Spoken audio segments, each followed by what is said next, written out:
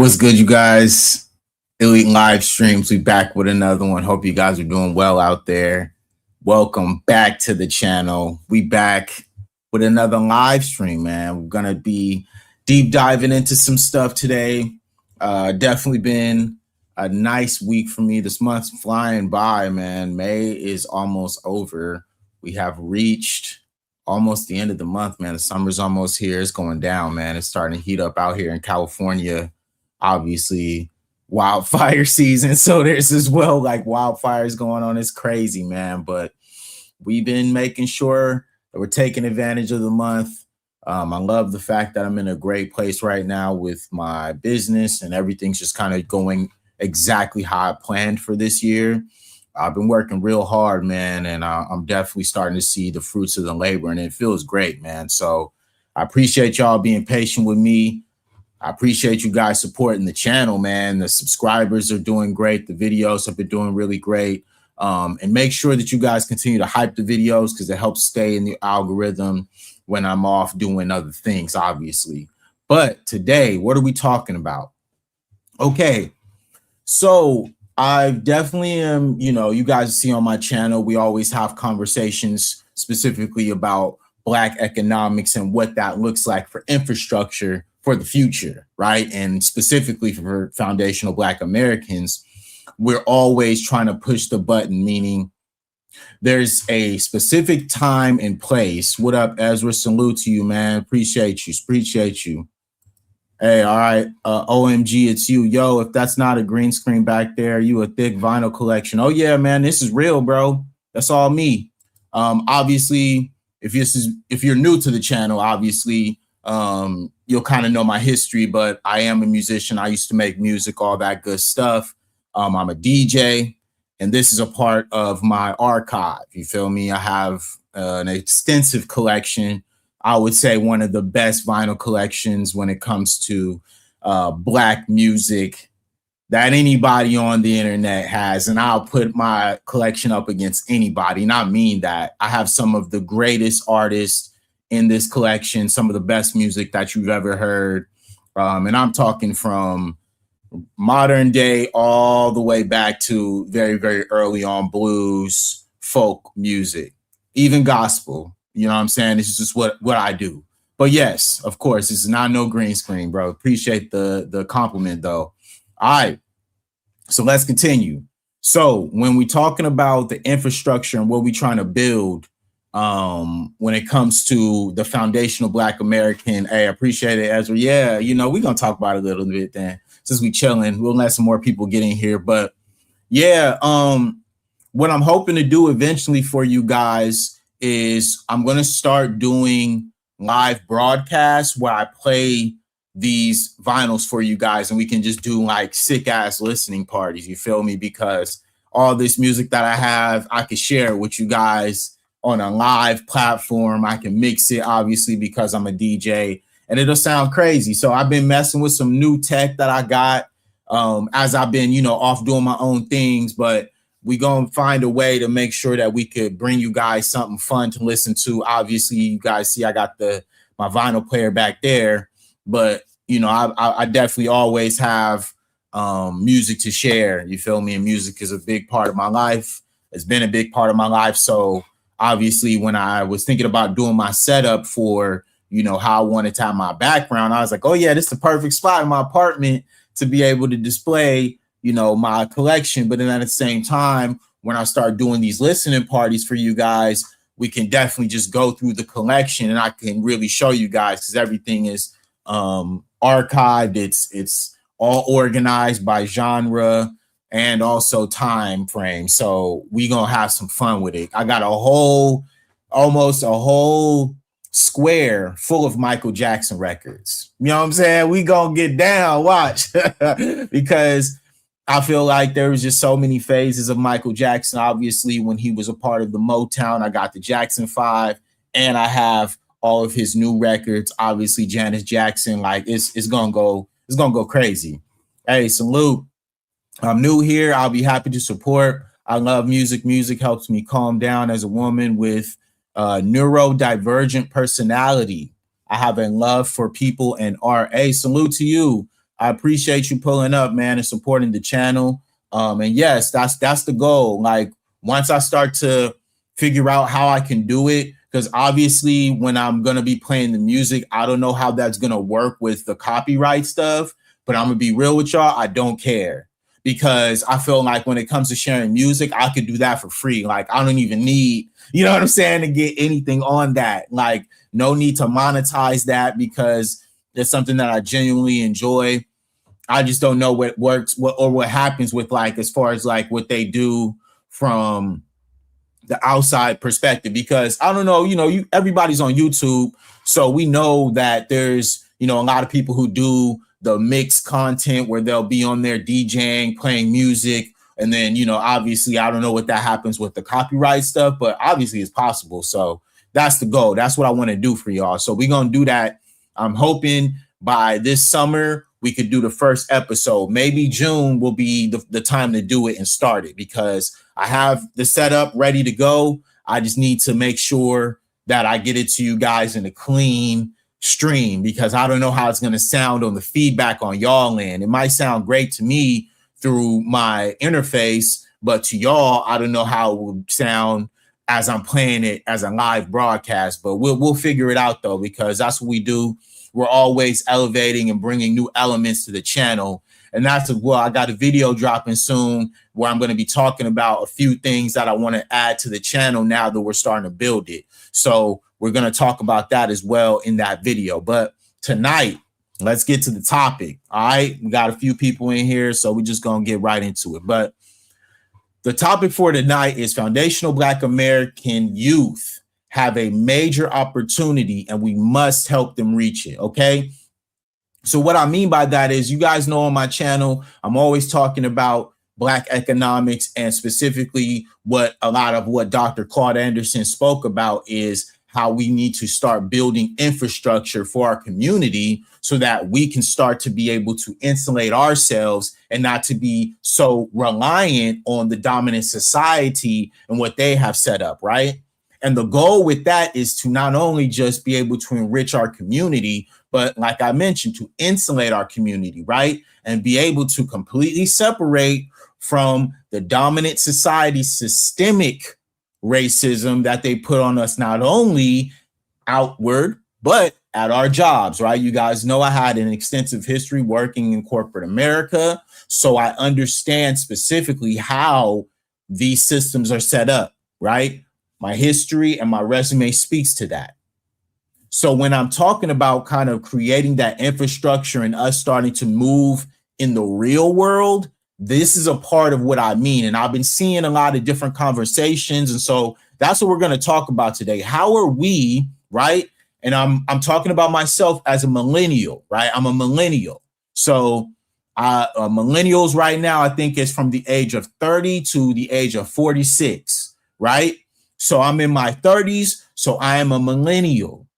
And my goal is to make this better for the youth, right? The foundational Black American youth who are coming up behind us, my nephews, their generation, okay? Gen Z and Gen Alpha, okay? We have to now start creating the infrastructure for them so that they will be able to benefit from what we have created. Okay, just like our ancestors did for us, right? And a lot of those, choices that they made, a lot of us may not completely agree with it, right? A lot of people talked about how Martin Luther King, when he was actually in his last days, how he was very regretful about integration. And, we all have our regrets in the decisions that we make. But in reality, it's on us to now take that torch and run with it. And so this conversation tonight is going to be about that. It's going to be about the think tank that we need to start having, not only about conversations when it comes to reparations, right? When it comes to an anti-Black hate crime bill, right? When it also comes to us creating the infrastructure for us to be able to completely separate from the system of the dominant society that is not allowing us to be who we are supposed to be. This is a part of what this conversation is. And we're going to go into that tonight. I've got a few clips that I kind of put together from some of these panels that I've been hearing lately, and this young lady encapsulates it very well. So let's start with her. Let's react to her first, and then we'll go through the points that she's making. So let me pull it up for y'all. Difference. I mean, I understand you was following up with y'all was conversating about. At the end of the day, it don't make a difference, my brothers. It don't make a difference. What they're trying to do is overturn something that they really don't have the power to do. What they want is, see, they keep on sending these psyops in, right? They know that most people ain't working right now, or most people are just scrolling right now. They into the social media stuff. So what they doing is they have a lot of psyops going on. All right, hey, salute to Ezra. He says they would lose their minds with on-code delineation economics. This is what we're talking about tonight. And I love that. Like I mentioned, I always big up the people who are subscribed to my channel because you guys are very intelligent folks. And that's exactly where we're going tonight, because it's not just about delineation. It's also about us organizing specifically so that we can start creating infrastructure so that we can move and help the youth who are going to be coming behind us, right? It's on us. And like I mentioned, I'm a millennial. So it's on us. I see a lot of my generation. We are now going to be the catalyst for setting up the infrastructure to be able to not only delineate, right, but be able to put the economics behind it so that we will have infrastructure, so that we can rely on each other. We will not have to worry about everybody else. We can just go and encapsulate ourselves, right? That's what we're talking about tonight. Salute to Edgy. Salute, salute, salute. We're going to continue on this video. Hold up. Let me hit that play. All right. Along with playing with your frequency. So they want you in a state of fear. They want you to feel like there's a target on your back looking over your shoulder, right? Because it feeds the system. So therefore, you're going to say, well, I need to vote against this. I need to vote against this. We need to have people in power that's going to vote against this, but it won't make a difference. The only thing they're trying to do is make sure that we in fear enough to be voting for the system yet again, instead of detaching from it. All right. And that's facts. And that's why I said this is a young lady. Okay. This is a young lady. All right. And that's why the youth, they understand it. It's all rigged. It's all a game. Let's get it. Yeah, let's get it. Let's get it. It's all a game. It's all a game. Everything that we are supposedly reliant on is a structure that was never made for us.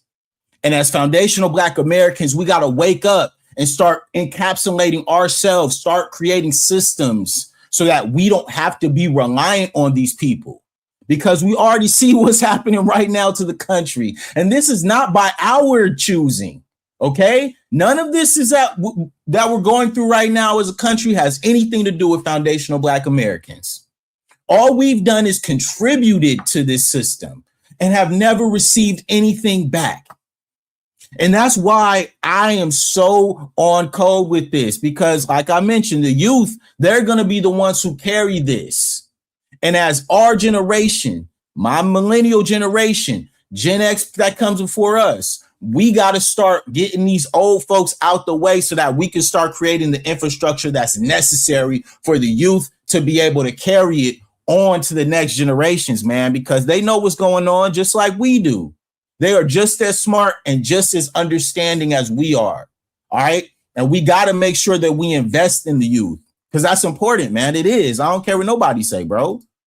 And the more that we keep on going into these psyops because of our emotions of the stuff, we already know they're going to pull out all the stops, but this is one of them. This is one of them. So they couldn't get a psyop with people on social media, so they go to the politics. So you turn on the news and you say, I want real news, quote unquote. They're going to say, oh, they're taking rights away in Tennessee. Like they're taking votes away from, and you know votes are coming up. Everybody's excited for midterms, which is ridiculous. Ridiculous. And that's why I say that, you know, at the end of the day, you right, Chef, like it's really a matter of detaching from the system, and that's the conversation that I'm having here. Yeah, salute to Chef Jess, but this is so true, man. This system, like I mentioned, it was not set up for us. So it is on us to now be the disruptor. Delineation has already disrupted so much. We've already seen so many strides when we just say, you know what, y'all got it.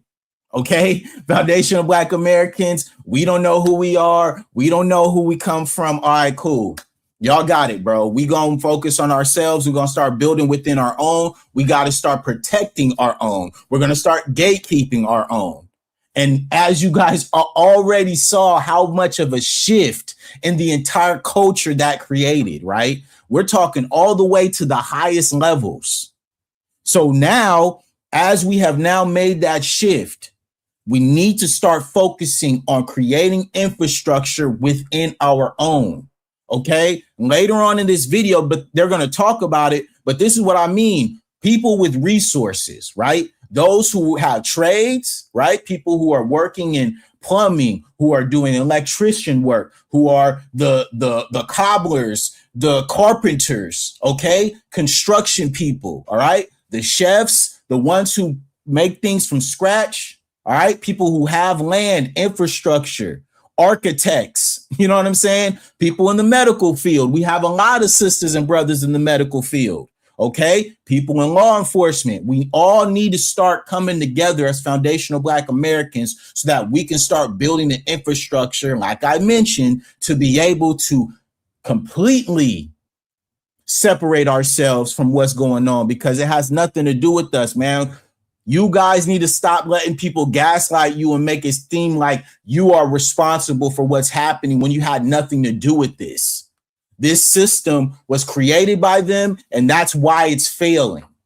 Straight up. Because if they would have listened to us, if they would have gave us what was actually entitled to us, like reparations, they already proved that that would have been a landslide of money that goes right back into the economy. It goes right back into the United States of America, and that creates what?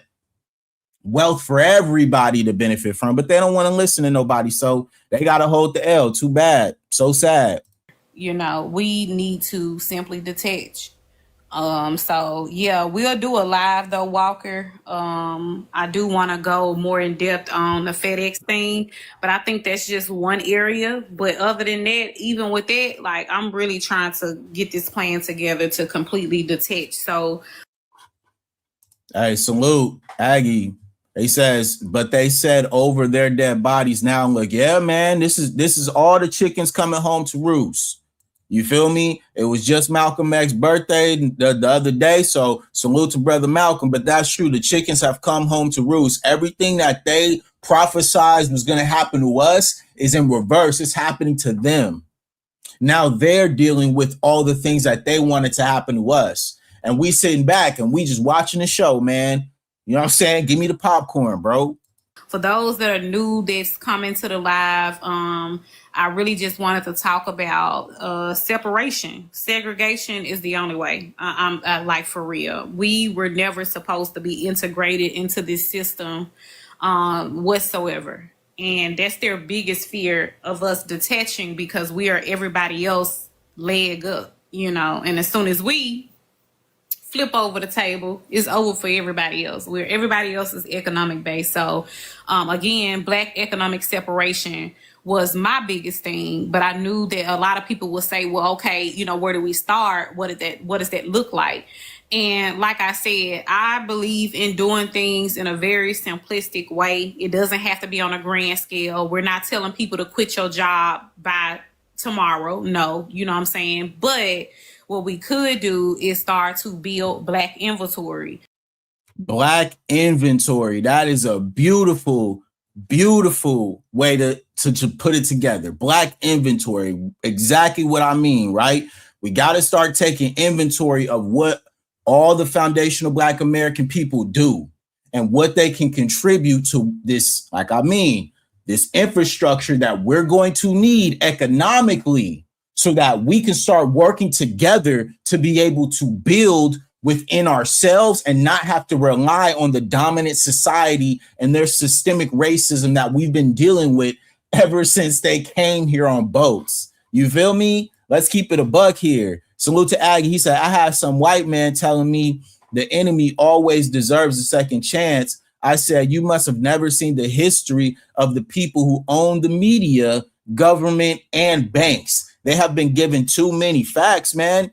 And that's why it's important that now more than ever, we need to start making sure that we are within our own, man. We don't have the time anymore to start giving people, like he mentioned, second and third chances. No, bro. Right now is the time for us to start locking in and making sure that we take an inventory for all the people in our community who are willing and able to contribute and help with our agenda, what we're trying to do, which is separate ourselves and be able to focus on ourselves, man. We don't got time for this, man. We don't.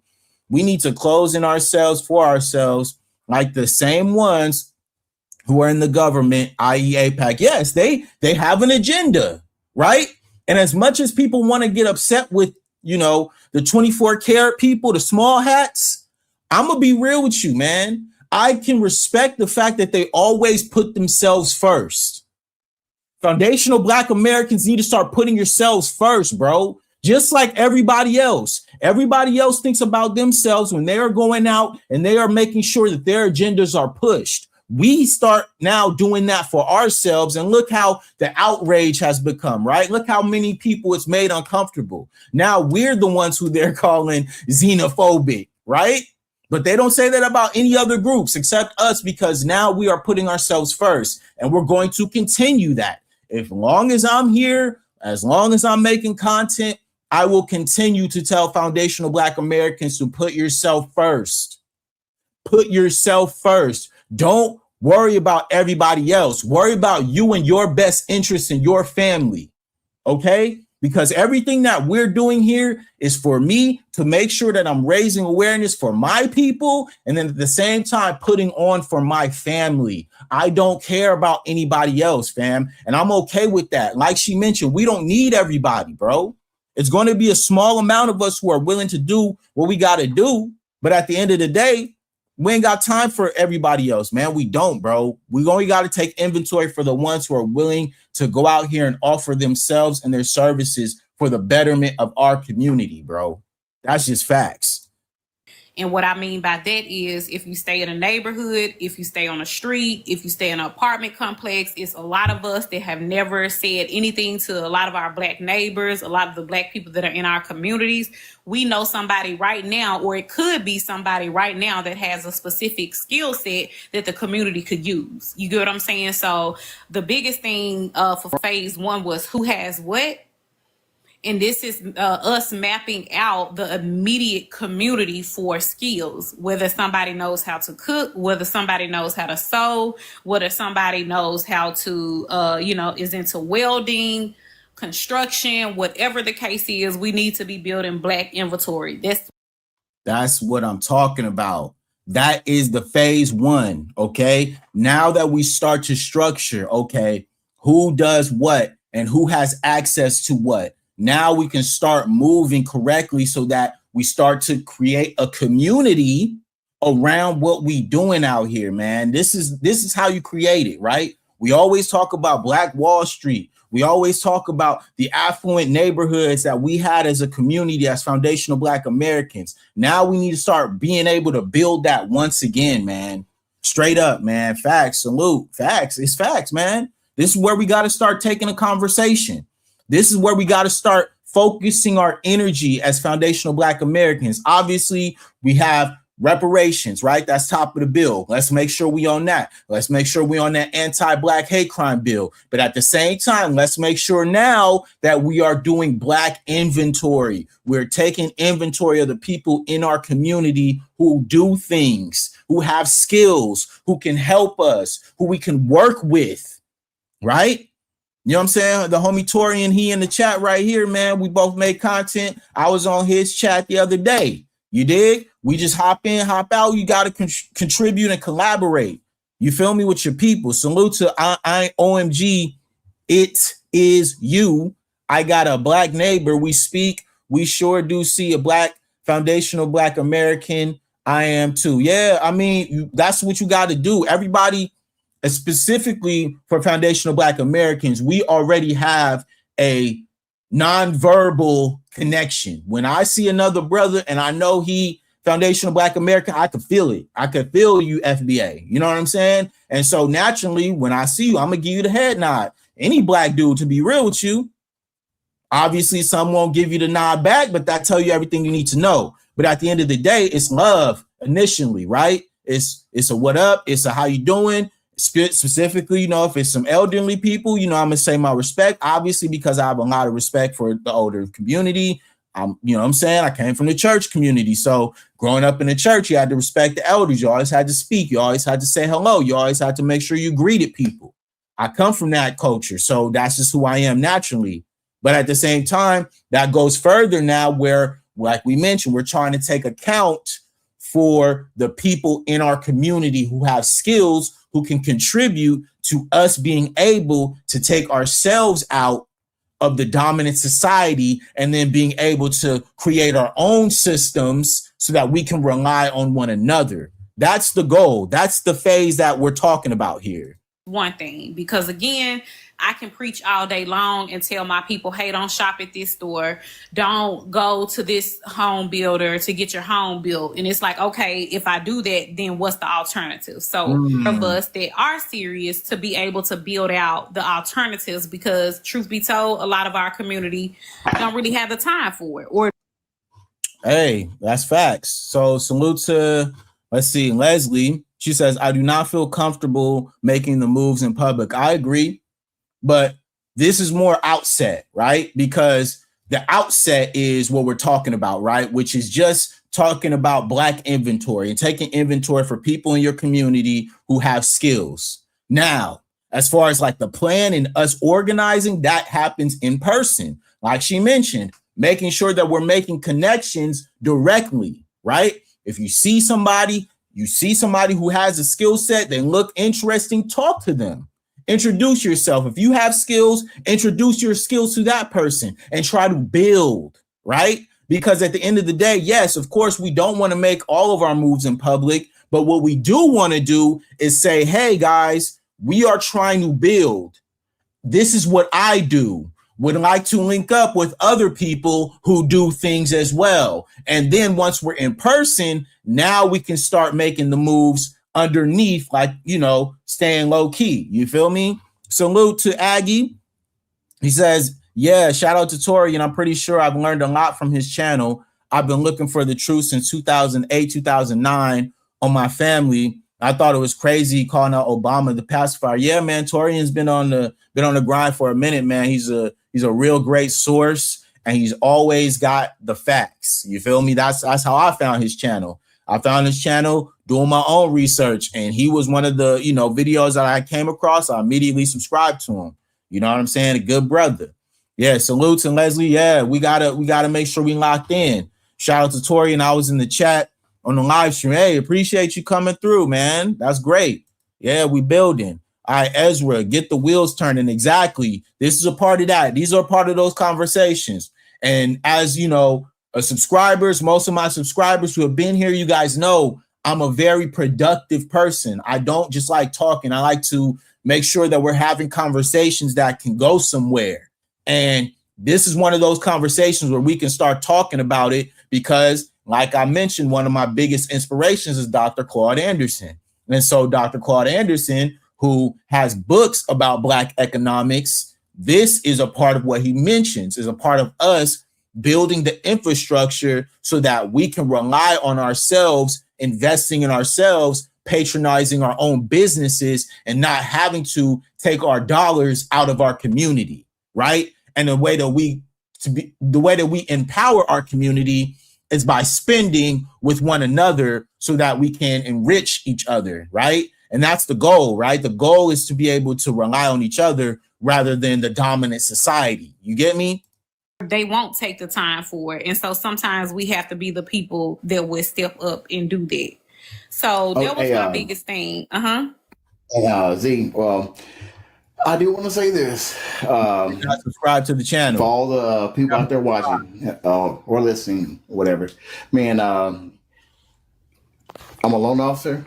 If you guys need any kind of home loans or need to even get educated about buying homes, I'm not a realtor.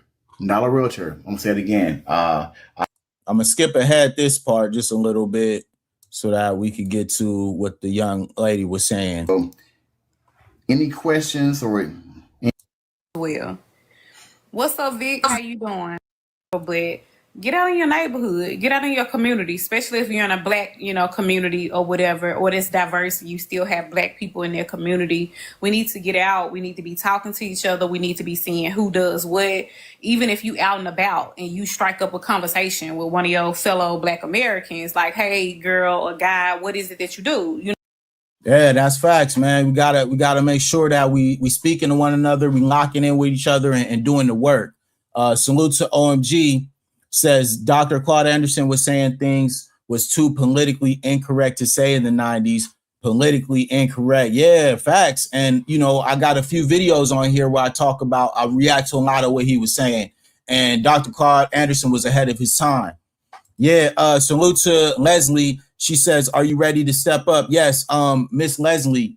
So if you are not new to my channel, welcome. I run a food bank right here in Long Beach, California with my parents out of New Hope Baptist Church. Every Saturday, we will be having a food giveaway. Actually, this Saturday from 10 a.m. to 12 p.m. at New Hope Baptist Church, 1160 East New York Street in Long Beach, California. Anybody in need, you can come by. We can give out you guys food. We have plenty of resources. I post videos right here on my channel so you guys can see exactly kind of what we give out. Most of the stuff is always going to be whole foods, okay? Very healthy, organic stuff. Helps the community. That's what I do. That's a part of where I'm at. Hey, salute to the East Coast. We got love on the East Coast. I got a lot of family on the East Coast. But yeah, that is a part of what I do. So I've always offered my services here, and we make sure that we are being able to touch not only the community here, but everywhere else. Hey, salute to New York, salute to Frisco. Man, I got family up in Frisco. I got family up in San Jose. I got family up in Oakland. I got family up in Fremont. You know what I'm saying? Sacramento. Salute to the Bay. You know what I mean? I got a lot of family up there. Salute to the Bay. Much love to the Bay. Much love to New York. I lived in New York. You know what I'm saying? Salute to New York. But yeah, we are out here, boots on the ground. You know what I'm saying? We doing the work. We're helping the community. So a part of our, ministry, if you will, is about helping other people. And I got a very interesting video at the end of this that we're going to end on, but we're going to get back to what the sister was saying here. Or you got any skills, hobbies you into? And that way we can just start sharing information and building our inventory out. That's first and foremost. And you do have several different categories. You have your skill set.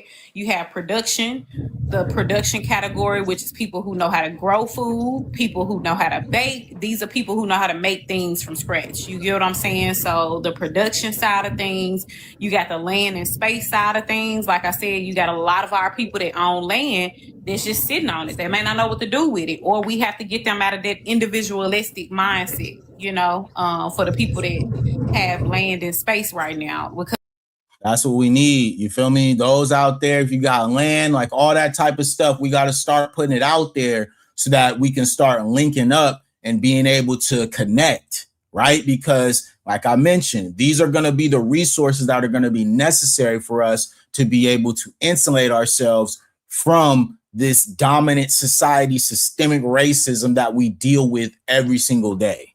All right. That's just what it got to be, man. Hey, me too. I got a brother in the Bay Area. Respect. Yeah, man. Respect to the Bay, man. We love the Bay. Because a lot of that land could be utilized. And if we had a network of Black builders, contractors, etc., that we built inventory, that we sourced out, we can use them for the land that we have. Yeah, and that's real, man. We are everywhere. We are everywhere. And that's why it's important, man, for foundational Black Americans, we got to start closing ranks because we are so spread out. We have so many resources, man. All of us, if we all just say, hey, this is what so-and-so does, this is what so-and-so does, right? I have an import-export business, right? That's what I do, right? I work in procurement and retail buying. That was like how I built my career, right?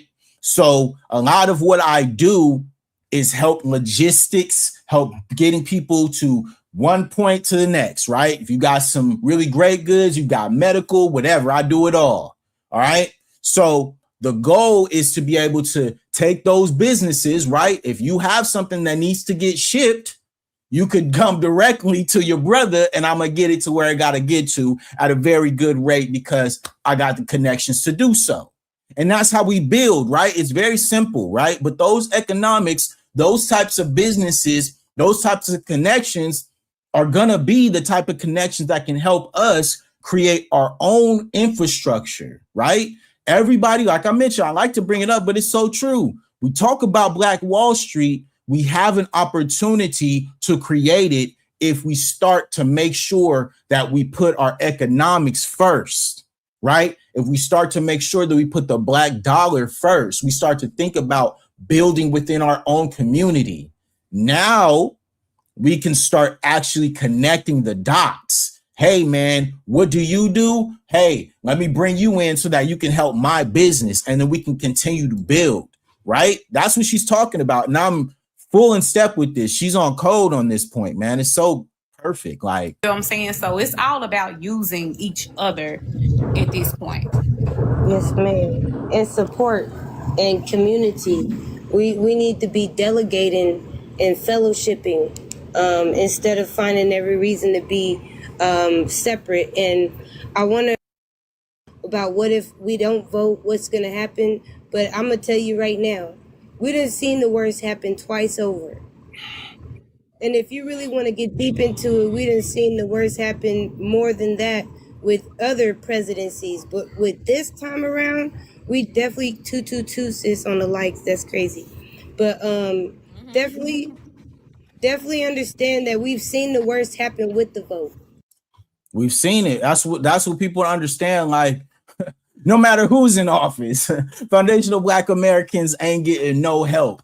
Okay, we gotta save ourselves. You feel me? Ain't nobody gonna come save us, no matter who the president is. And that's where we got to start shifting the mentality, because we saw what was going on with Joe Biden. We saw what was going on with Trump before him. A lot of people had a problem with Barack Obama for not doing nothing for foundational Black Americans, and justifiably so. So now when we're thinking about all these things considered, and like she mentioned, we can go all the way back and we know what happened in history. We don't have to talk about that because I have plenty of videos right here on this channel where I talk specifically about these things, about how our 40 acres and a mule was supposed to be given to us, and then they literally took it overnight and then gave it to the slave owners. Okay? So we ain't even got to talk about history because I've cooked on that. I've cooked on that extensively on this channel. But what we do need to talk about is how we need to start creating the infrastructure for ourselves so that we can start and say, hey, nah, we're going to make sure that our people are employed. We're going to make sure that our people are spending the money in our businesses. We're going to make sure that they can put their money in our banks. All right. These are the type of things we need to start thinking about as we start to move with the delineation, right? As we are already separating ourselves, right? Now this comes as that next phase right behind it, man. So you can only go up from here without it. And just understand that they are outnumbered. They are outnumbered everywhere, especially in Memphis. Oh my goodness. They have always been outnumbered out there. Y'all just realize it now. And they realize it every time y'all go up there and vote. They know that. They know that, man. They know that when you guys are voting for this system, it's not going to change anything. All right? Because billionaires run this country, not the president. What we talking about? Ezra says, just an example, the folks are trembling at the thought of a Black American athlete boycott. Yeah, man. And listen, I've done a lot of videos on my channel about how they are trying to erase the Black American athletes from multiple sports. Okay. We already talked about what's happening in baseball, right? Baseball was the first frontier. Black Americans used to dominate baseball. All right. We had our own Negro leagues that were actually more popular than the MLB at that time. Look it up. Okay. The numbers don't lie. All right. We had a more popular league that was independent, just foundational Black Americans with the most legendary baseball players who ever played the game. Do you think it's not by design that they went out and got these Latinos and others, right? Asian countries, all this other stuff. And now there's no Black Americans who play baseball. Come on, man. The greatest athletes on this earth are foundational Black Americans. The GOATs. Whoever your GOAT is, he's a Black American. Let's just keep it a buck. Whoever your GOAT is, best basketball, whatever. All right. Salute. OMG says, I voted for Obama one time, Joe Biden and Trump. I have family in Virginia, California, Alabama, Washington State, and Michigan. Yeah. Look, man, a lot of people chose the couch. All right. A lot of people chose the couch for Joe Biden. A lot of people chose the couch for this new Trump presidency. People are going to choose the couch for the next whatever. Okay. Because the system wasn't set up for us. And that's just the facts. All right. Aggie says, while YT is still obsessing over the moon, let's align the stars on Earth. Facts, man. We don't need to worry about getting to heaven. We can create our own heaven right here on this earth because it's right here, man. Unless we think about that, creating the heaven, not only for ourselves, but for the future generations, the youth. That's why I mentioned they have a major opportunity. They do. If we, like I mentioned, I'm a millennial, so I can only speak for millennials, right? But if me as a millennial and the generations before me, Gen X, okay, and we go ahead and we collaborate and then we get these boomers out of the way so that we can make room for the Gen Z and the Gen Alpha to be able to live a beautiful life and be able to have infrastructure that's set up for them so that they can invest in their community and being able to be protected in their community. Anti-Black hate crime bills. Okay, all these things that are important for them to be able to thrive in our communities, though. It has to start right here, right here. It has to start right here. It can't be anywhere else. You just got to realize it's not enough for them to make no changes. That we are in the end game now because the worst is already taking place with your vote. That's it, man. We are in the end games. That's right. It's about to change. A lot's about to change. We are not only creeping forward towards more destruction, we are now seeing people mock, right? They are mocking our movements. They are trying their best to get us to come outside of ourselves, and we will not be baited, bro. We're just not going to take the bait. F what they got going on. Salute to OMG. She says, we need to take a large chunk of an industry. Yeah, look, and that's what I mentioned, like taking inventory of what we do will help us know what industries to make sure that we target. A lot of what I do is data analysis, right? I'm paying attention to not only what's going on in my markets, but I'm comparing it as well to competitors, right? That's what I do. And then as well, looking at the market and saying, hey, where's there manipulation where I can infiltrate myself to be able to get the best that I can find, right? The best rates, the best clientele. We're always thinking about data analysis and looking at the market and saying, what can we do to be able to get what's ours in the best capacity, right? The end game, exactly. Where are we going with this? And the goal is to be able to set up an infrastructure. And if we have that, man, nothing can stop us. We've already proven what we can do for everybody else, right? And so now we got to prove what we can do for ourselves, okay? Because we've been able to build out all these other companies for so many people. Like I mentioned, I worked in corporate America for a very long time. I built Fortune 100 companies. I was a contributor in so many things. So naturally, when I look at the game now, I'm like, no, I got to do it for myself, man. I cannot allow myself and all the work that I'm doing not be able to go to something and help contribute for others. That's just not how my mind works, man. So let's talk about what the industry does look like, right? What you have to deal with in the industry right now. And I got a video from a brother. His name is J Day, aka JG. And he talks about the chosen ones. You can't work the regular jobs anymore. They know who you are. Okay. So it's a great video. We're going to add his. We're going to take that one down. We're going to add that one. And we're going to watch and react to his video because it was a great video. It's right in step with what we're talking about when it comes to the infrastructure and why a lot of us have trouble in corporate America or in these corporate workspaces. Okay, let's listen to the brother. Know what I'm saying? I have to go shop and get me some little snacks. Know what I'm saying? Before we get started in this video, I got a little message for y'all. You already know it's gonna hit home. But before we hit home, before we drop this message, go ahead, hit that like button, smash the like button. Make sure you subscribe to the homie. Get the video ticking in the algorithm.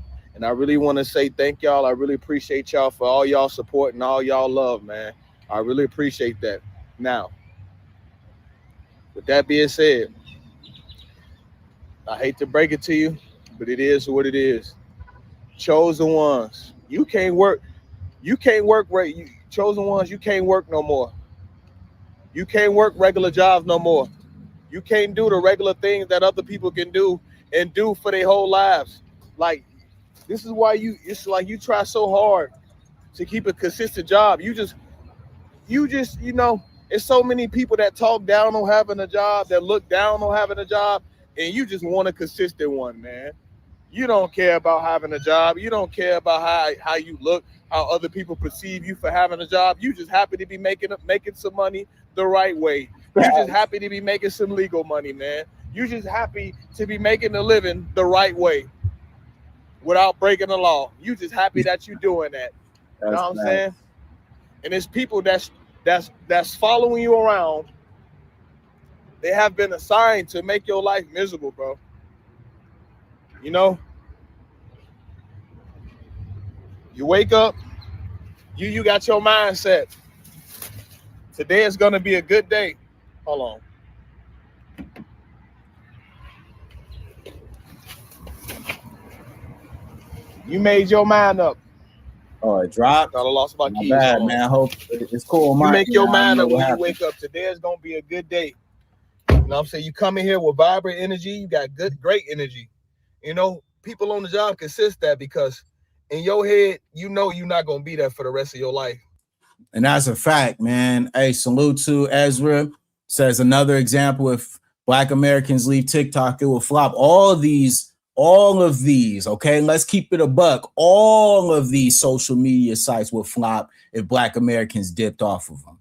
But he's keeping it real is the fact that a lot of us try our best to bring forward into these spaces and try our best to assimilate into the work culture, right? Trying to come with good energy, trying to make sure that we're bringing a good attitude. And these people are assigned to you to make your life a living hell. That's a fact. I know for a fact.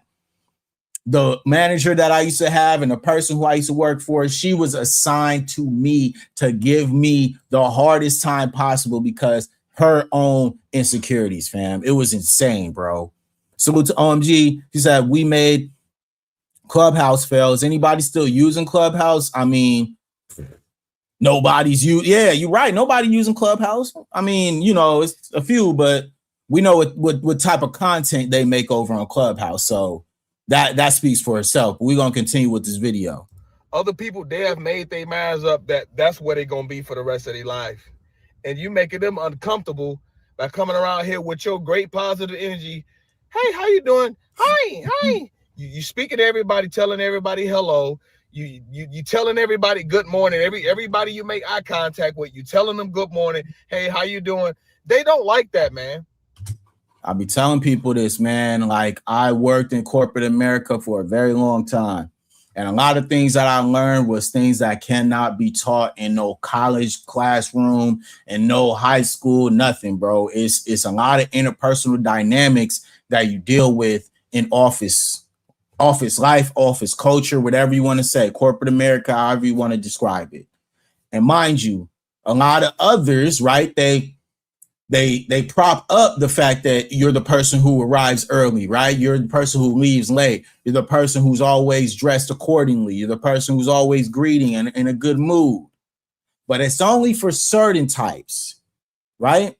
Because if you're of something that doesn't really fit the stereotype that they're looking for, and you're doing those same things, it's not received the same.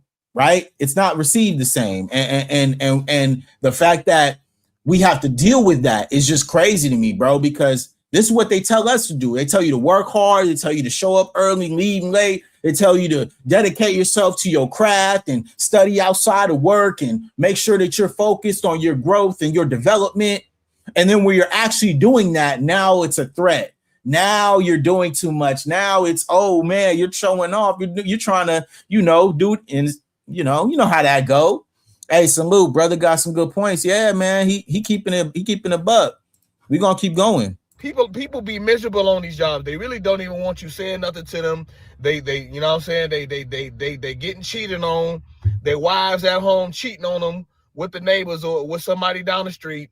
Their husbands cheating on them with their best friend or somebody that they got failed relationships and they at work mad bitter.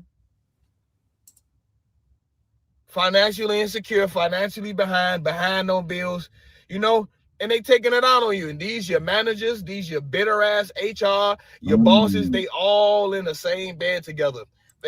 That's facts, man. Everybody be in there miserable, mad because they're stuck in the matrix. You dig? And that's what I mean. Like, it's not normal for these people to be working the way that they're working, and as well underneath the pressure that they're under. So naturally, they're going to put that onto you. And mind you, you're coming in with light. You're coming in there very, very focused. You're coming in there with not the same reservations that they may have in their life. You didn't make those same bad decisions. So naturally, they're going to try to make your job harder because they can't compete. And that's just a part of it, man. The competition is real in corporate America. And a lot of these jobs, you can see, I think he got on like an Amazon shirt. I can't imagine what it's like at Amazon. You know what I'm saying? All working. And they only get along with each other because they all miserable. The minute one of them start being happy and no longer becomes miserable, that's when they going to fall out of the group. Sometimes people only get along with each other because they all miserable together. People be trauma bonding. Sometimes you only got friends because all y'all are losers. All y'all on the same tip. You don't make nobody jealous. Ain't nobody. When anybody got a pack of people around them, constantly surrounding them like they hella famous or something, you should think something about it. It's either they fake or they not a threat to they not a threat to their ego. Because anybody know when you doing something that's really, really valuable, you really got something going for yourself, people don't like you, bro. That's a fact. I've dealt with this my entire life. It's something that, it's just a part of what you go through when you have a vision and when you are a dedicated person, when you're productive, right? When you're choosing a better way, when you're not indulging in the same things that everybody else would do. You're not wasting your time. You're choosing yourself and putting yourself first. A lot of people don't like that, man. A lot of people have a problem with that. A lot of people are going to try to deter you from your vision. And they're going to try to deter you from your goals and aspirations. That's just how it goes, man. OMG, salute. I have no relationship, but that's nobody's fault.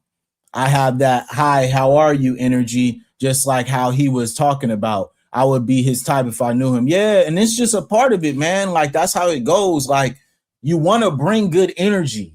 That's anybody. Any place I go to, I always try to bring good energy. I'm a positive person. I'm always in a good mood.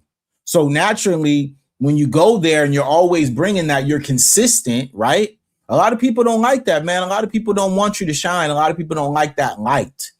They want to make sure that they make you and your life hard because they don't have that same excitement, and love for life. You feel me?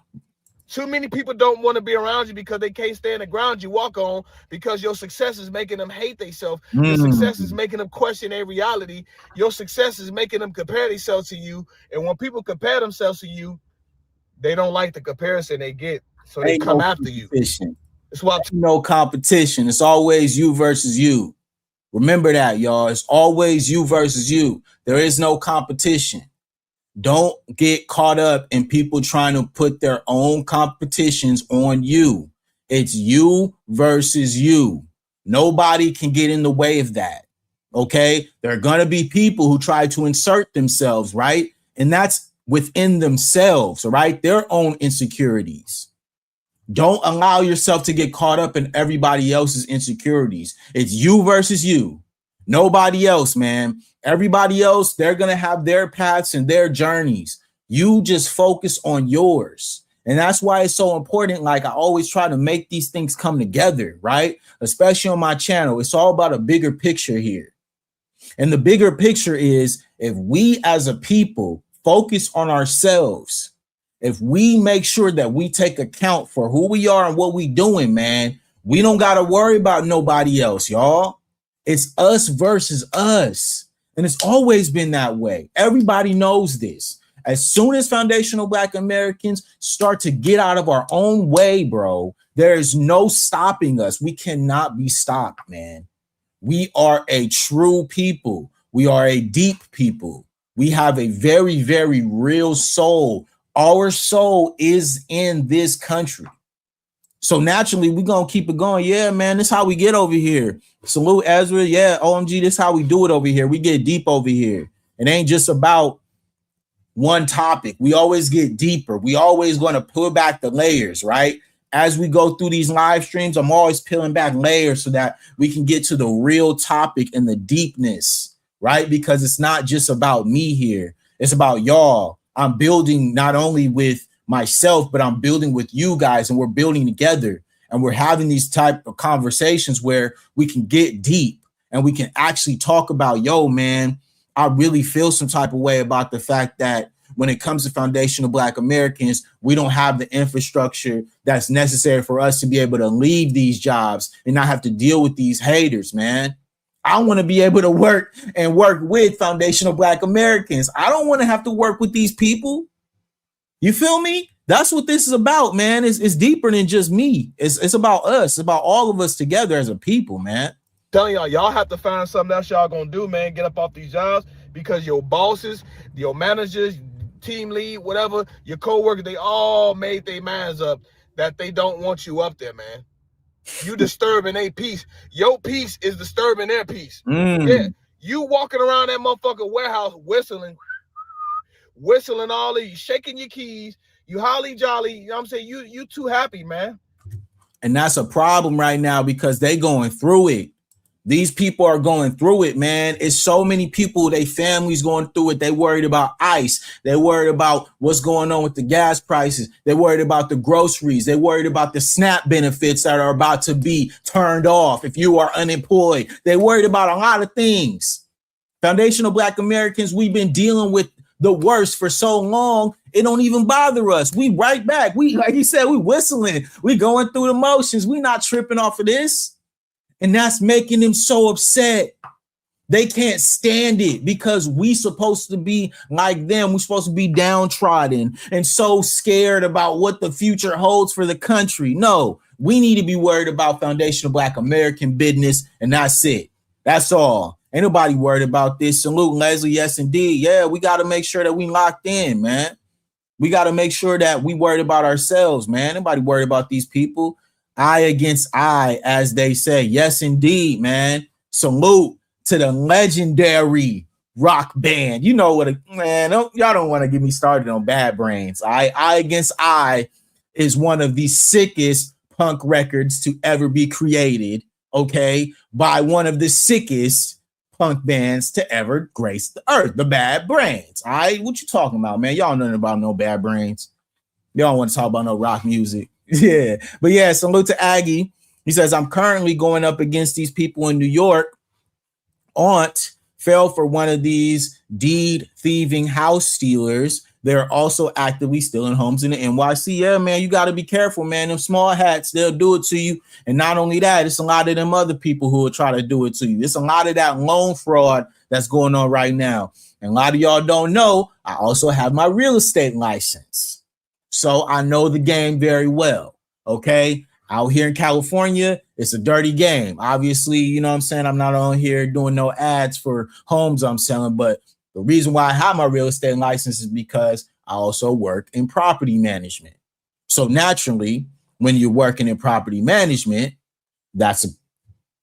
hey, we surveying, we looking at properties, we trying to make some deals. You know what I'm saying? That's just how it goes. But salute. All right, Ezra, salute. They can't stand to see us stress-free, smiling in the sun. 100%, man. Foundational Black Americans, we are at peace with what's going on right now because we didn't choose this. Like I said at the very beginning of this stream, we didn't choose this. This is not of our doing. We did what we were supposed to do. We did what y'all said we supposed to do. We supposed to go out here and vote who for our interest. We did that. It didn't work out in a lot of people's favor. We accepted it. We moved on. And now we focused on what we got to do for the future of our generations. Now we focused on what we got to do for foundational Black American youths and what they going to have to deal with as they coming up. We not worried about nothing else no more because we can be at peace with the decisions that we made. Y'all got to deal with it now. And now y'all trying to put that on us and we not finna play them games. All right. OMG, salute. I have never been to New York and I keep hearing that they steal houses out there. I don't know how that's even possible, but that's how they get away with this stuff. Yeah, it's a lot of litigation, a lot of paperwork, a lot of people who have access to very, very, what would I like to say? Corrupt landowners and property managers. All right. A lot of these people are running scams out there in New York. We just gonna keep it a buck. All right. Salute to Aggie, man. Active in the chat. Real one. Yes, indeed. Each one teach one 100%, man. That's what we do over here. We're big on that. Me and my brother J-Rock started Elite Media based in the sense that we come from a level of experience that we wanted to pass on to others. All right. And we're actually out here in the community. You feel me? Growing up, we was out in them streets. We was out here throwing parties, doing clubs, making music, doing what we do in the Los Angeles playground. Okay. We was doing it at the highest level. And so with all that experience now, as we've grown, we've become business owners. He's a father. You know what I'm saying? We have a lot of experience that we bring to the table. And so naturally, that's what this is about. Each one teach one, man. Salute. OMG says, what do you know about the parcel numbers and lot numbers and property records in real estate? I know a lot. Like I told you guys, I have a real estate license. So this is a part of what I do. You know what I'm saying? I do this. Owning a house is tied to legal records filed with the county, not just having keys or paying a mortgage. When it comes to the small hats, you have to really stay on their neck and cross your T's. Yeah, the small hats are very clever. Okay, they're very clever and they know how to move correctly because they've been able to create infrastructure so that they can be able to pull off these scams. And that's why foundational Black Americans, all of us who are in those spaces who do understand real estate, need to start linking up and working together, man. We have to. It's very evil, but a lot of access and who you know. Yeah, man, it is. It's who you know. And if we know each other, we go ahead and we debunk that argument because now we're locked in with one another. We don't need to worry about who they know. We can just know one another and work within our community. You feel me? You too satisfied. You too content, man. You got your mindset. This ain't forever. This is only temporary until I get some. You got stuff going on. See, when people at work know that you building something on the outside of your job, and they not, it makes them want to get rid of you, triggering everybody on that job, bro. That's where everybody in the warehouse hates you. Everybody on the line hates you, bro. Every time you show up to clock in, they hate you. Why? Because all the girls want you. All the girls want to sleep with you and not them. And they've been on that job their whole life and can't get no attention from none of the girls on the job. When you Listen, man, this is what be going on. You know, like I told you, them office politics is real. And I've dealt a lot with this, like I mentioned, being in corporate America, working for corporate 100 companies. Okay. When I would come into a lot of these spaces, right? A lot of these after work parties and a lot of this, hey, man, we're going out for drinks after work, right? Obviously, I'm not going to drink. I'm not going to do anything that's going to impair me around my coworkers. So I'm going to hold a certain frame, right?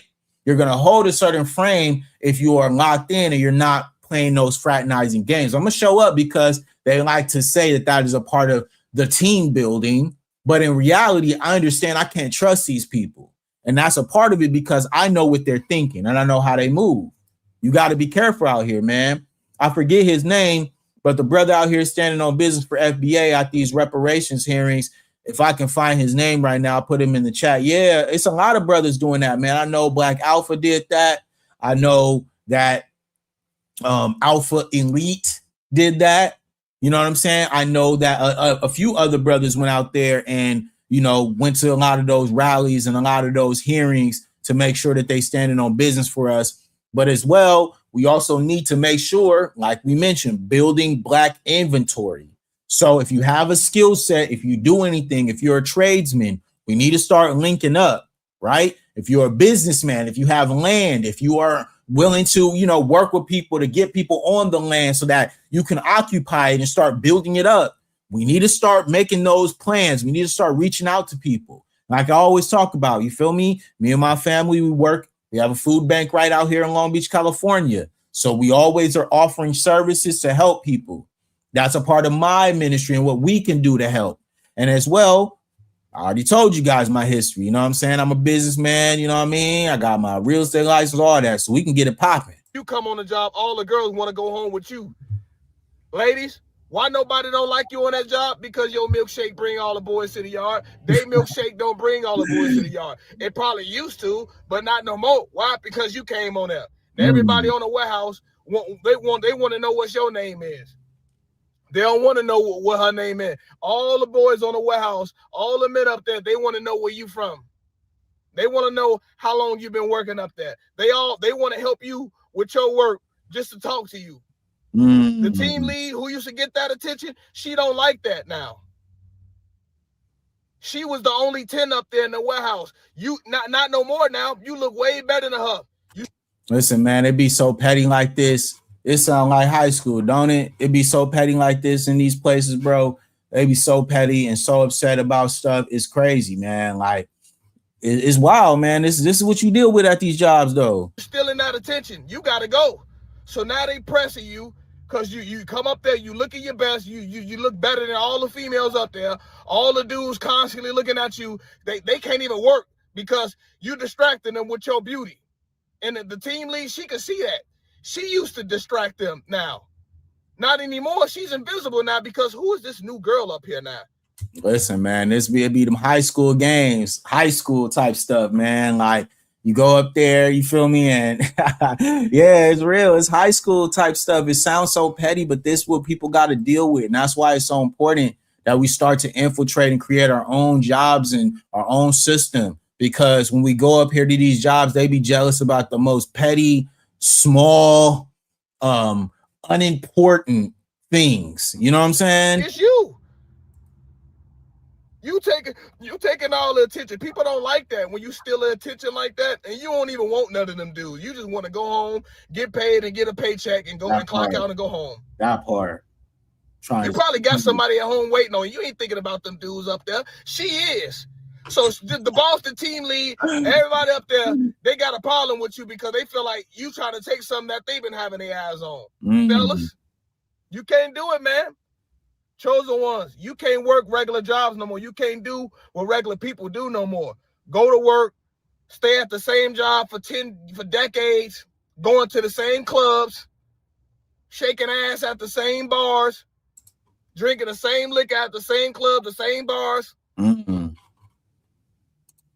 Oh, what we doing? We're going downtown to Deep Ellum. Let's hang out and get drunk at Deep Ellum. You don't want to do that. You don't want to hang out at Deep Ellum no more. Sometimes you might just want to hit the right rock and chill and hang out at the lake. and be sober. You don't want to be drunk out of your mind all the time. Man.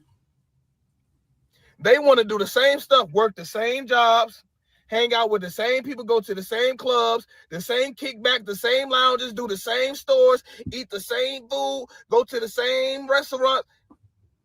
You not like that. You different.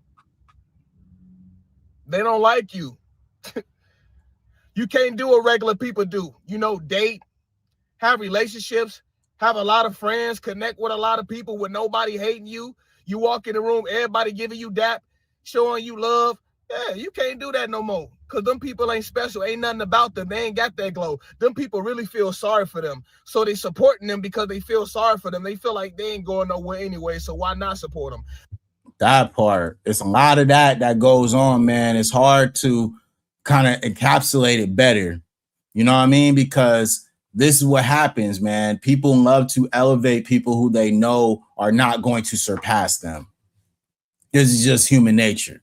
And so naturally, you have people who are in the office who see you as a chosen person, and they like, nah, like this person, we're not going to elevate you because we know where you're going. Everybody else, so yeah, y'all can do that because we know you're going to be here for 20 years working the same job, doing the same thing over and over and over. Straight up. They won't support you because they know if they actually support you, you might fuck around and really take the fuck off. And they feel like if they stop supporting you, turn the other head, then you won't go nowhere. Your business won't take off. That YouTube channel won't go. So they won't support you because they know you actually gonna go somewhere with it. They don't want you taking off nowhere with their attention.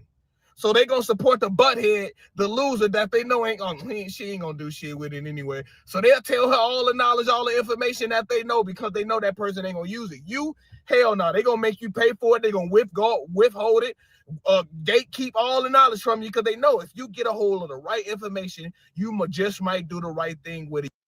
This is something that is so important, right? The gatekeeping, right? How they are able to see that if you do something, you're going to take it far.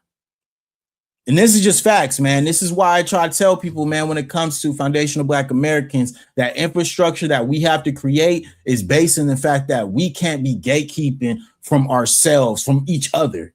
We got to gatekeep from everybody else because everybody else is trying to maximize as much as they can off of us. I see all these people getting views off of foundational Black American content, trying to bait us, trying to put us in these debates and all this other stuff. Y'all need to stop partaking in that content, bro, because all that's doing is giving them views, and they don't deserve them views. The content isn't even creative enough to be on that level. They not bringing y'all game like this. Y'all need to make sure that you stay away from that level of content because it's not doing anything for our community. The content that needs to get the views is the ones where we talking about building infrastructure and getting out of these places, bro. Not being having to work in these stupid jobs. You know what I'm saying? With these haters, man. You get y'all out of there straight up. You might do better than them with it. And they've been sitting on this knowledge, sitting on all this information like just gatekeepers. They evil, man. These people pick and choose who they want to get, who they want to show love to. Pick and choose who they want to enlighten, give knowledge and information to. The game ain't meant to be told, it's meant to be told. The game ain't meant to be told, it's meant to be sold. Stay away from people like that, man. These people are losers, man. Anyways, back to the subject, chosen one.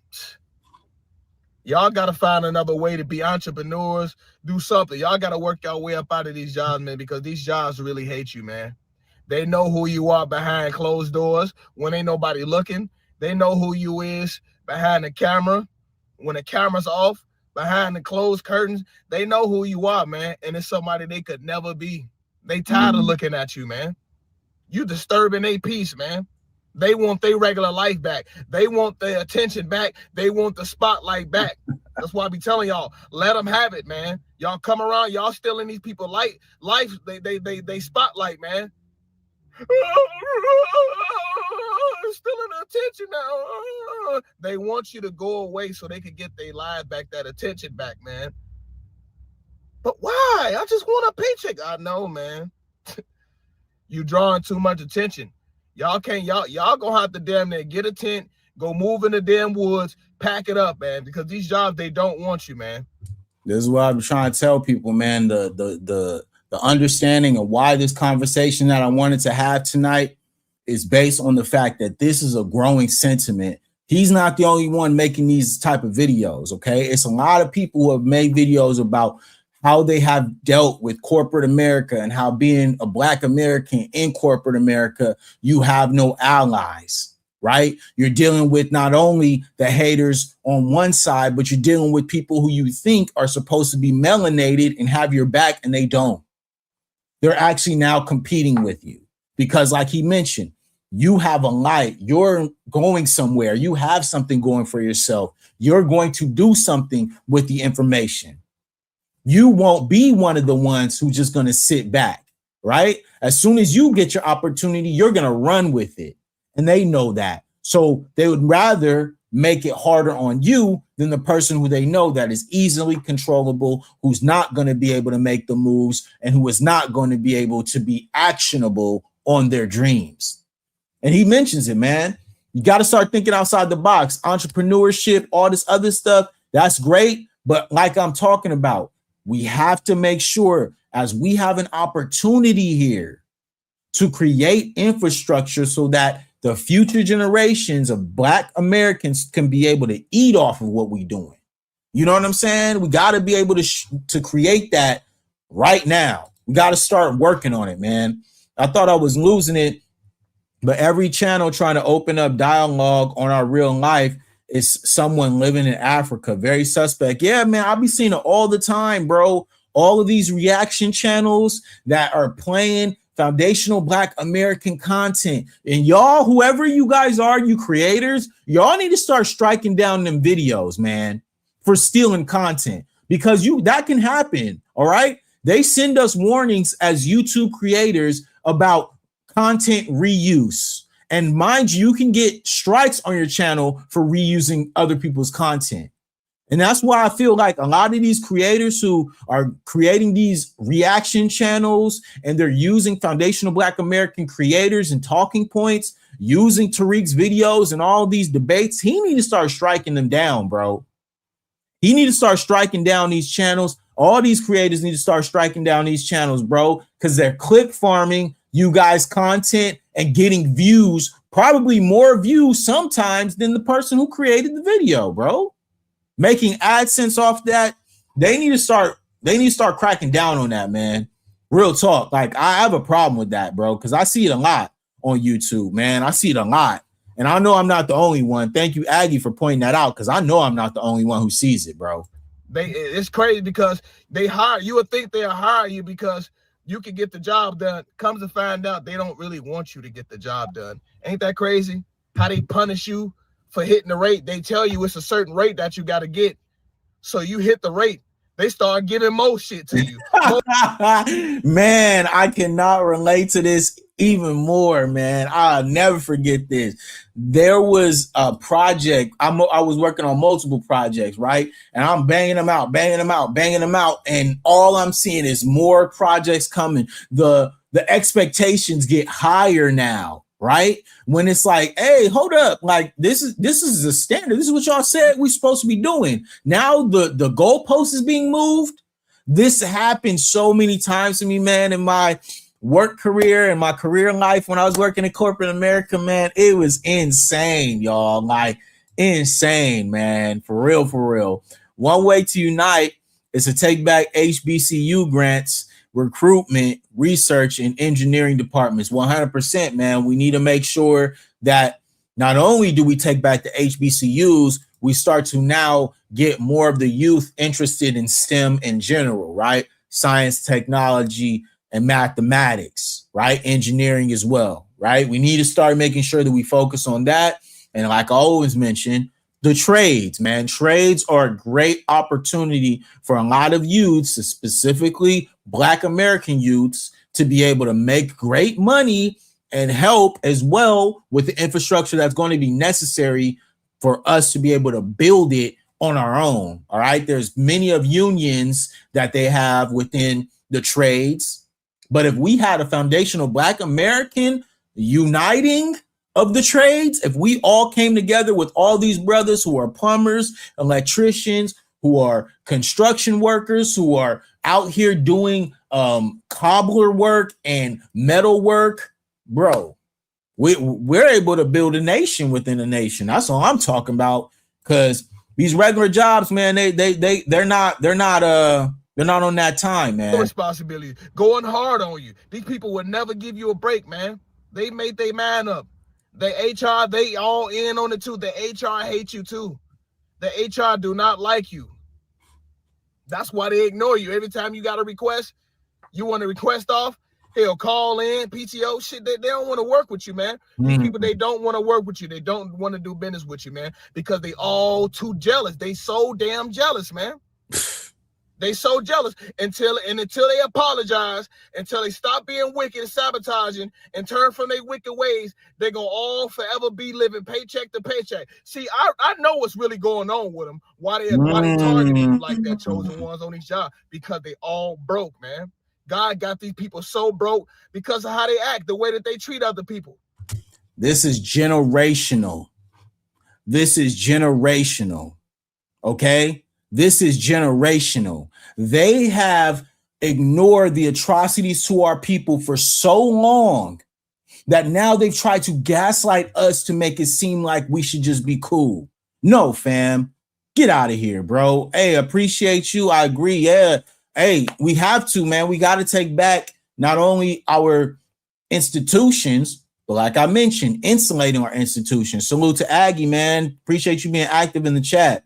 All right, Shaka Jones, 7250 says, we should unite with our brothers and sisters here and throughout the diaspora to help benefit our Black communities. Okay, Shaka, I would have to say that there is a part that I do agree with, and that is the uniting of our brothers and sisters. But I must disagree in the sense that the fact of the matter is right now, foundational Black Americans, we have to focus on foundational Black American business. I will 100% align myself with people who are on code as people who are part of the diaspora. But right now, the conversation is about foundational Black Americans, and that's where we're going to keep it. So salute to you, Shaka, and I hope you subscribe to the channel because we align as well with everybody in the diaspora. Like I mentioned, one of my best friends is Nigerian. Okay. He's been on this channel. We've had crazy ass, debates. But at the end of the day, right now, this is about foundational Black American business. You know what I'm saying? This is just what it is. They should respect what we are doing and play their role. Everyone has a role. Yes, man. This is about that. This is about respecting, right? Respecting what we're doing. And if you align with that, do not get in the way, okay? Help contribute if you need to. If you feel the compelling energy to contribute, please do. But right now, like we always say, we have no hate for any other groups. All we doing is focusing on us and making sure that we prioritize ourselves, okay? Putting ourselves first does not mean that we're putting anybody else down. I repeat, putting ourselves first does not mean we are putting down anybody else, man. That's just how we do. We got to organize as African people against the oppressive system. Yes, we do. But let's not discredit the fact that foundational Black Americans have already organized for generations against the oppressive system. We've been doing this. We ain't new to this. We true to this. And that's just a fact. Like, we've been doing this. Salute, salute, salute. The big man can't be a 3-point specialist.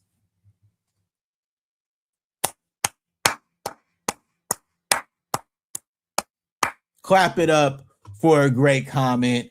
That's facts. We got to focus on being the big man. We will focus on a lot of other things as we get there. I'm an African American taught in the revolutionary tradition of Khalid Muhammad, who is also African American, but we need to know our real enemy. Yes, salute to you, Shaka. Salute to you.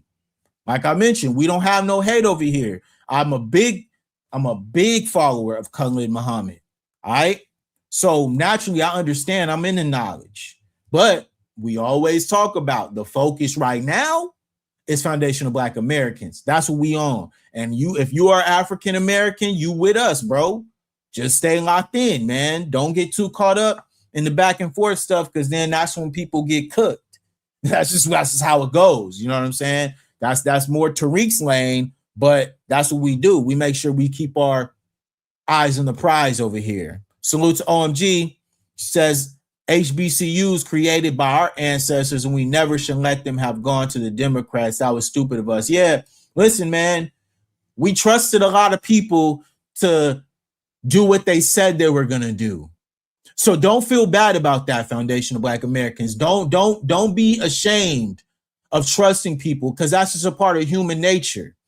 It's very human to trust people and to be able to say, you know what, I'm trusting you to back up your word. But now is the time for the correction, right? Now is the time to say, okay, we did that in the past. We will not make the same mistakes again, right? We will correct the behavior, and then we will make sure that we make the decisions necessary so that we don't make the same mistakes moving forward, right? There is a definition of insanity. It's doing the same thing and expecting different results. No, we changed it up. Delineation was a change up. We changed it up. We flipped it on its head. So now we are now focused and making sure that we're staying locked in and we're doing what's necessary to not make the same mistakes like we may have in the past, right?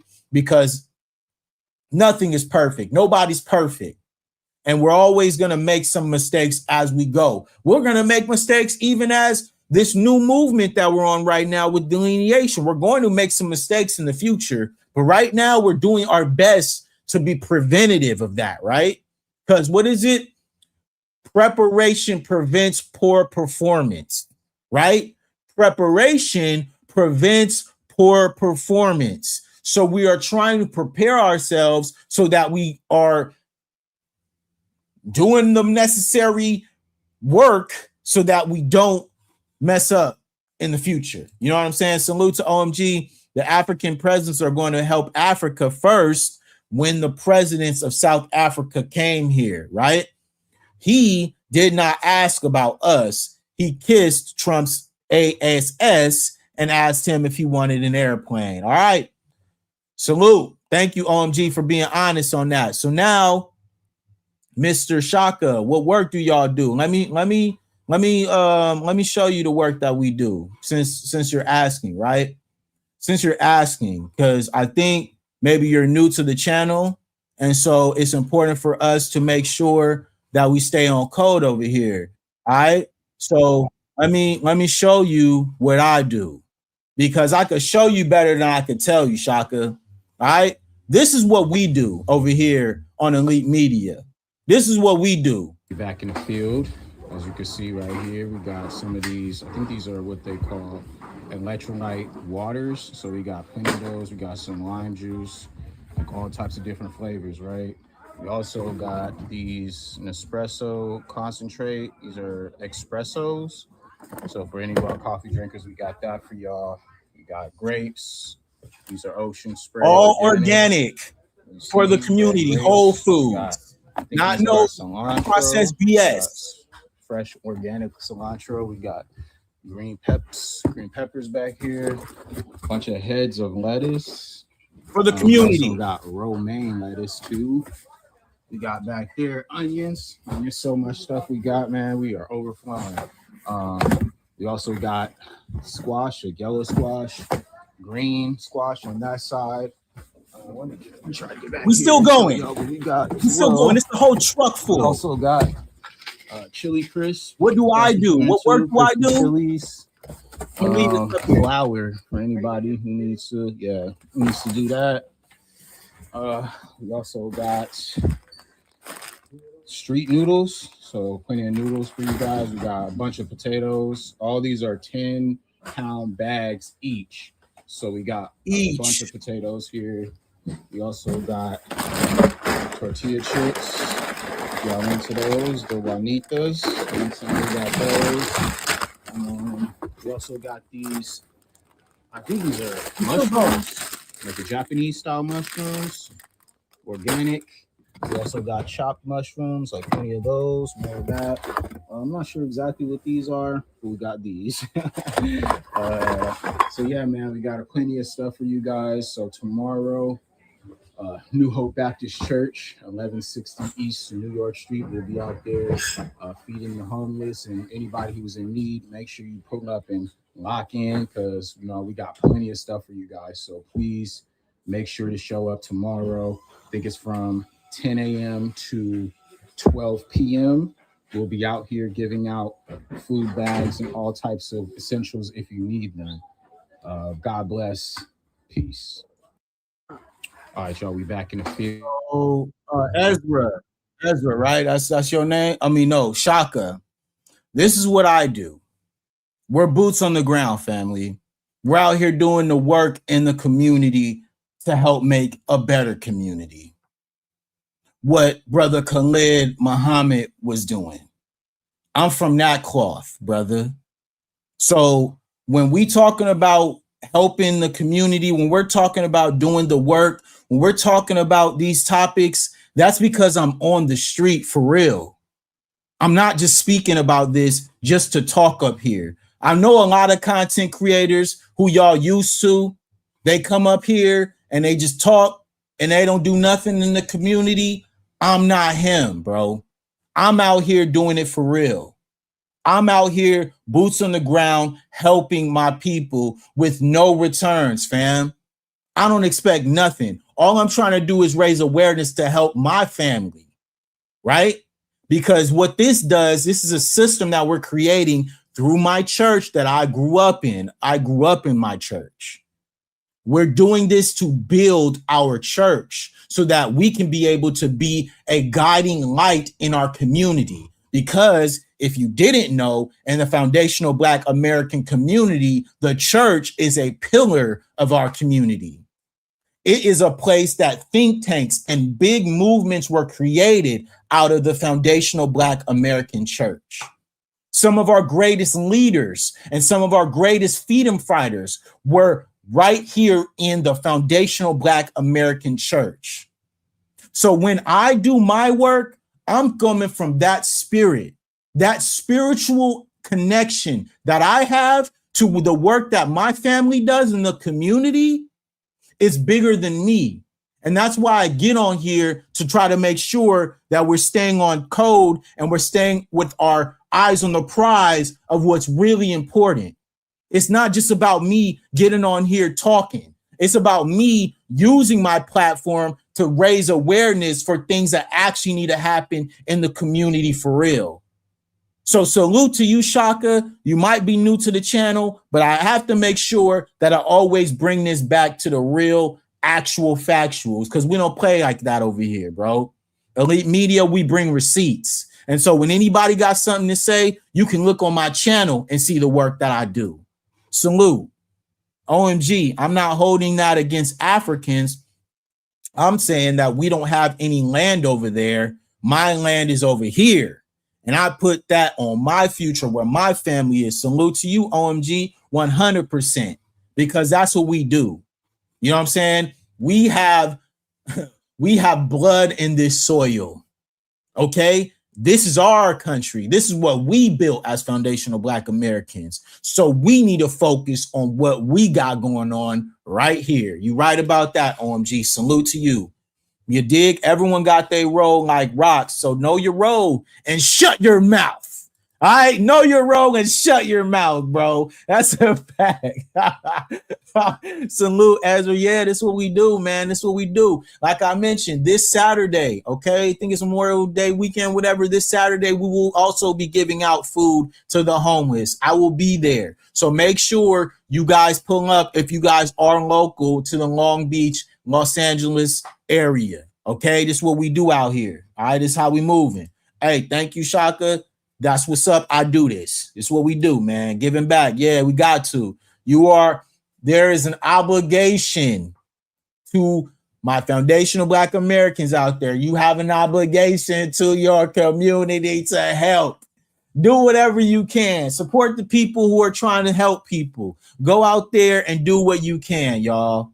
That's all we ask, man. Ain't nobody better than nobody. I'm just a man. I'm a regular guy.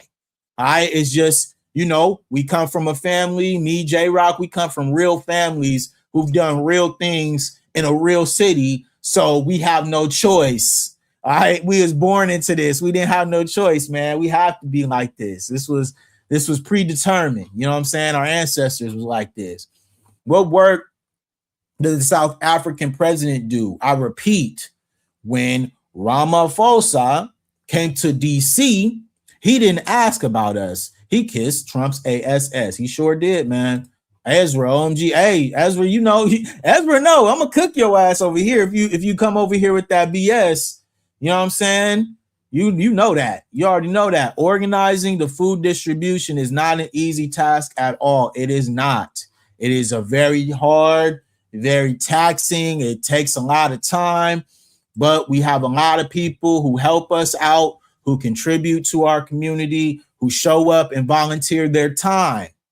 We also are open to volunteers. If you want to volunteer, please come by. We always need the help, man.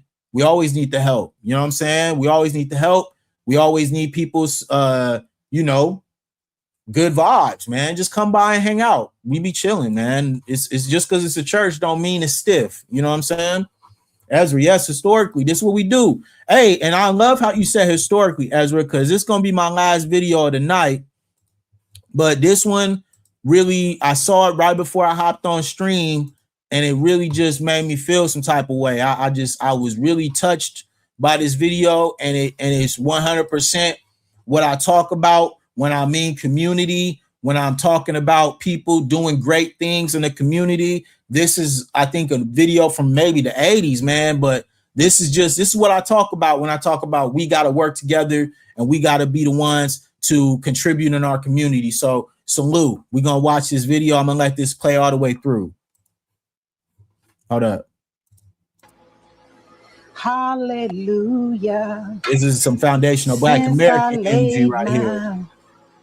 Burdens down. Meet Clara Sanders, Mama Clara, they call her. Salute to Mama What she Clara. does every Saturday in her small Oak Cliff kitchen sort of reminds you of your mother's kitchen on Thanksgiving. I'm going home to live with Jesus. Since December, Clara has spent her Saturdays preparing meals for close to 100 needy people living in the Dallas area. I told the Lord if he would supply it, I would be the one that would cook it. And when Clara's in the kitchen, the aroma is heaven. Stewed beef, egg noodles, peach cobbler. Her pots and pans get quite a workout. Yes, huge pots and about, a whole bunch. All at home, this is a okay? business for the Lord, and you got to have what you need to work with. Clara Sanders is a deeply religious woman. She says it's her calling to provide meals for those who are without. She says she doesn't get much personal things from the people she feeds, but that's okay. And it's not me that's doing it. It's Christ that lives within me. I'm just the vessel to be used by him.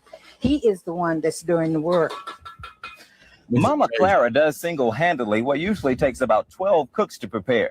But she says that doesn't stop her from using an extra hand every now and then. And the meal, which began taking shape late Friday, is now loaded up and headed for a downtown street corner, where the hungry are anxiously waiting. I'll give you dessert. Okay? You need bread and dessert, okay? Friends from other churches have joined Clara this day to help serve.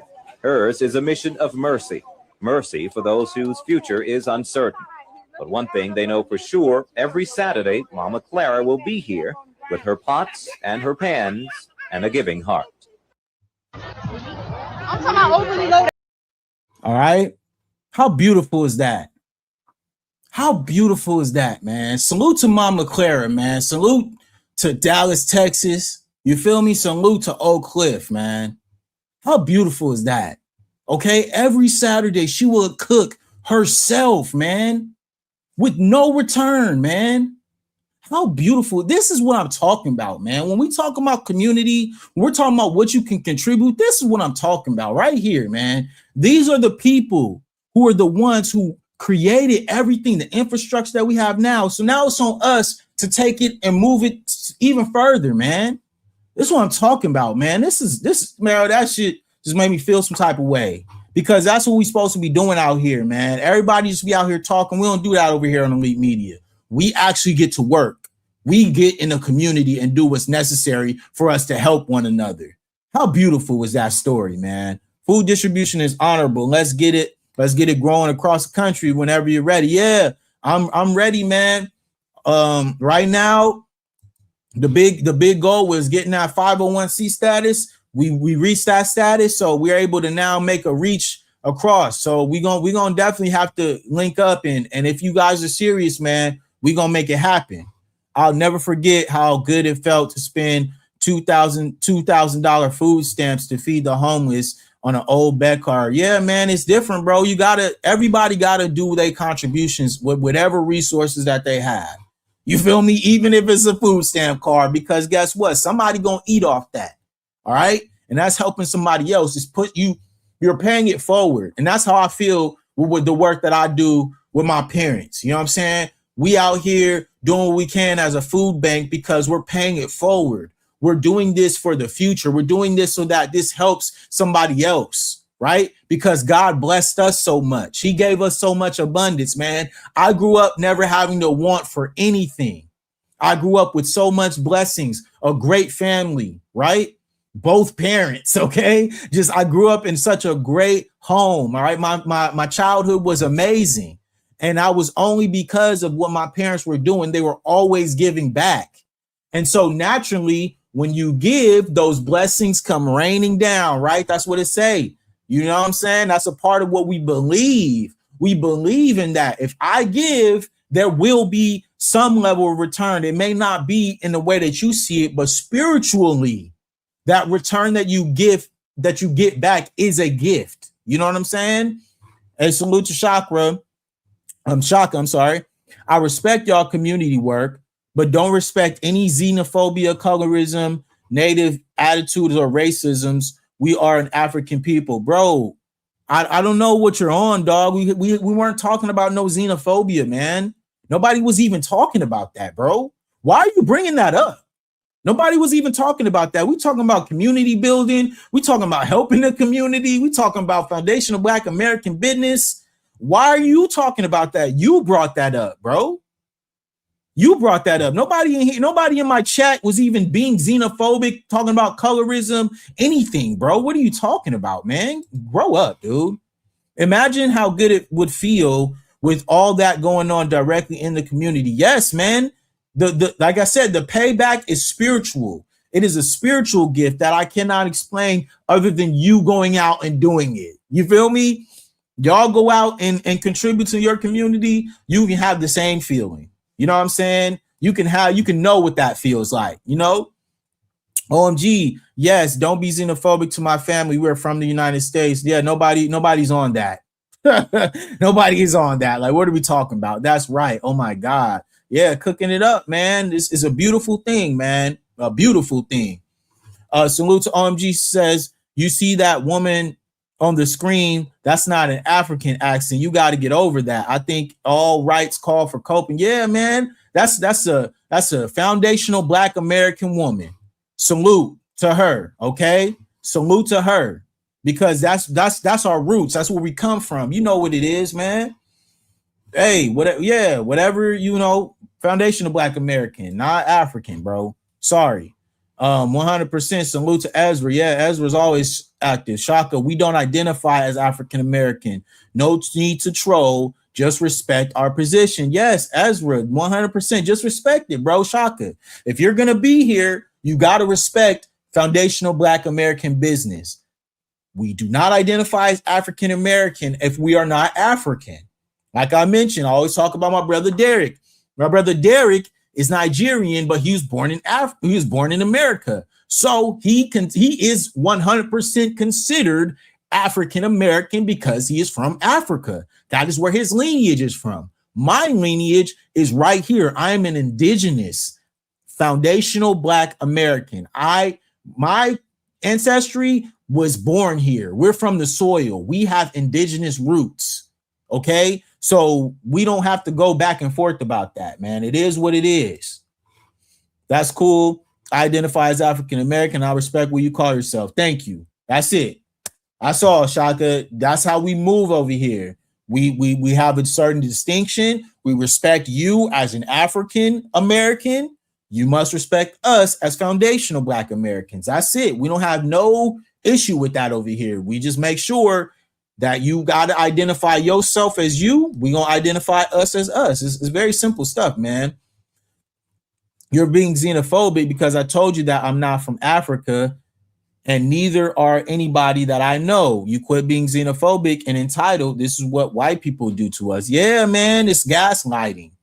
And we don't have to deal with that, man. Not over here. Because a lot of people who, like I mentioned, who patronize my channel, who are subscribed to my channel, they've seen my content. We've already proven who we are here. Okay. There are plenty of videos and research that I've dropped on this channel specifically for y'all so that you guys can make sure that you know what's going on when it comes to our lineage. And if you aren't, make sure you subscribe to the channel and make sure you like the video. Make sure you guys hype this one when it hits the algorithm. But when I mention that, we're talking about our indigenous roots and who we are as foundational Black Americans. This is what we mean, bro. We are locked in on ourselves. We know who we are. We don't need nobody to identify us no more. We already have identifiers that we speak to from us being indigenous to these lands, okay?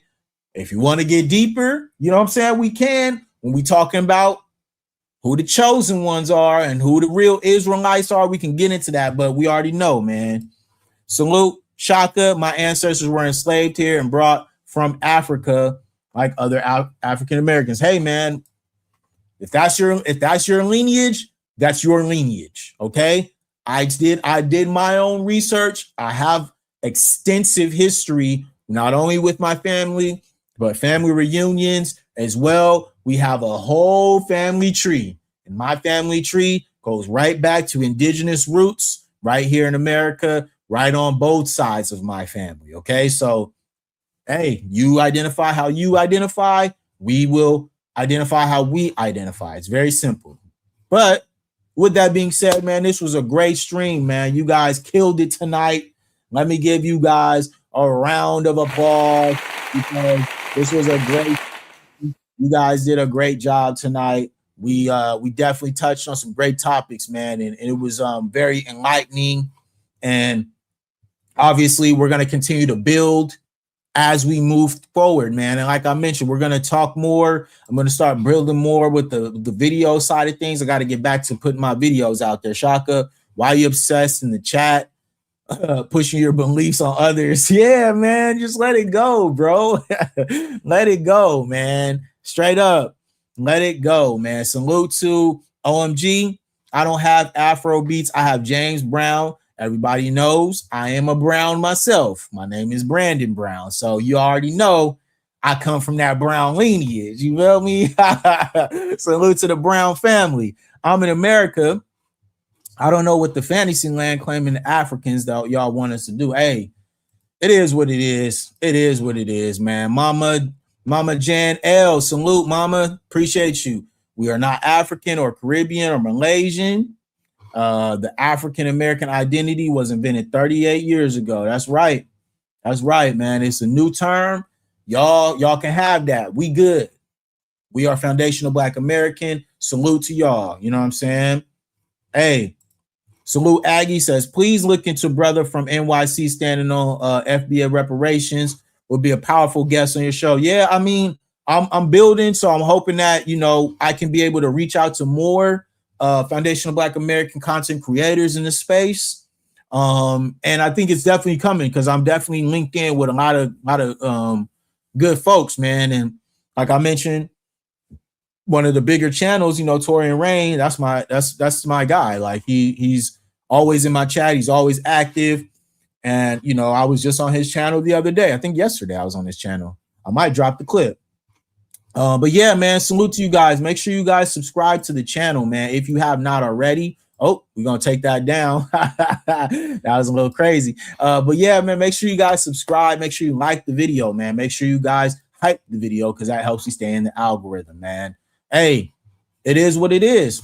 New identifiers will be going on. I got some videos dropping this week. So you guys make sure to look out for the new videos and make sure that you guys stay locked in over the weekend, because I might be going on stream maybe Saturday. I might be on stream Saturday, maybe Sunday. So keep your notifications on. That's right. Turn your notifications on to let you guys know when I go live. All right. But I'm going to let you guys know for sure. I always try to make a post the day that I'm going live, just to let you guys know. But if you wouldn't know, you have to be subscribed to know. Okay. So lock in with your boy. I'm Brandon B. I'm part of Elite Media, man. We built this from the ground up, and we're going to continue to build, man. We're going to continue to build. I think, hey, y'all going crazy before I get out of here. She says, we have always called ourselves Black American. He just foundation. He's put foundation on it. Michael Jackson said he was Black American. You can Google it. Yes, yes. Every powerful movement has an inception, i.e. the Panther Party. What is your point, Shaka? Be respectful. Yes, sir. Shaka, be respectful.